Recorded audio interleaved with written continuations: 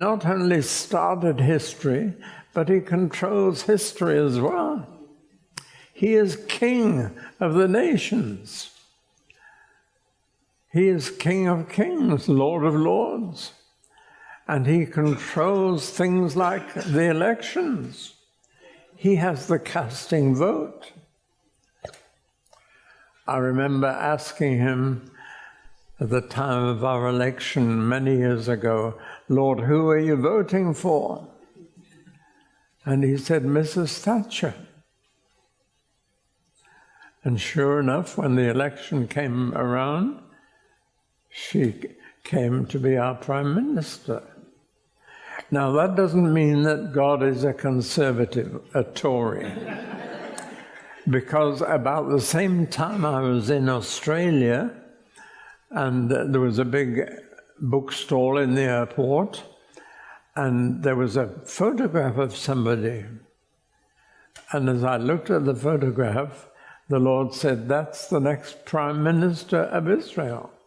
He was quite an aggressive trade union man and very Labour. But God said, that's the next Prime Minister.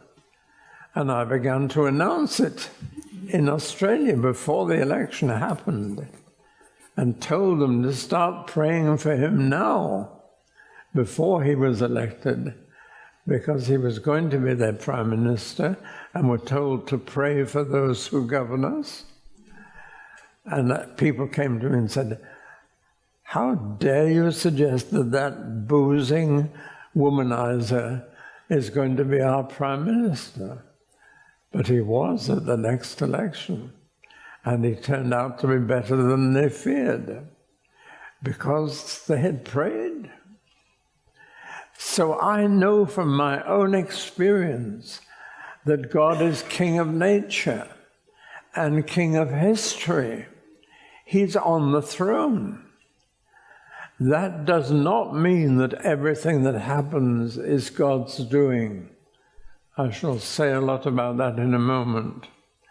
But it does mean that he has the last word, that he has the deciding vote in elections.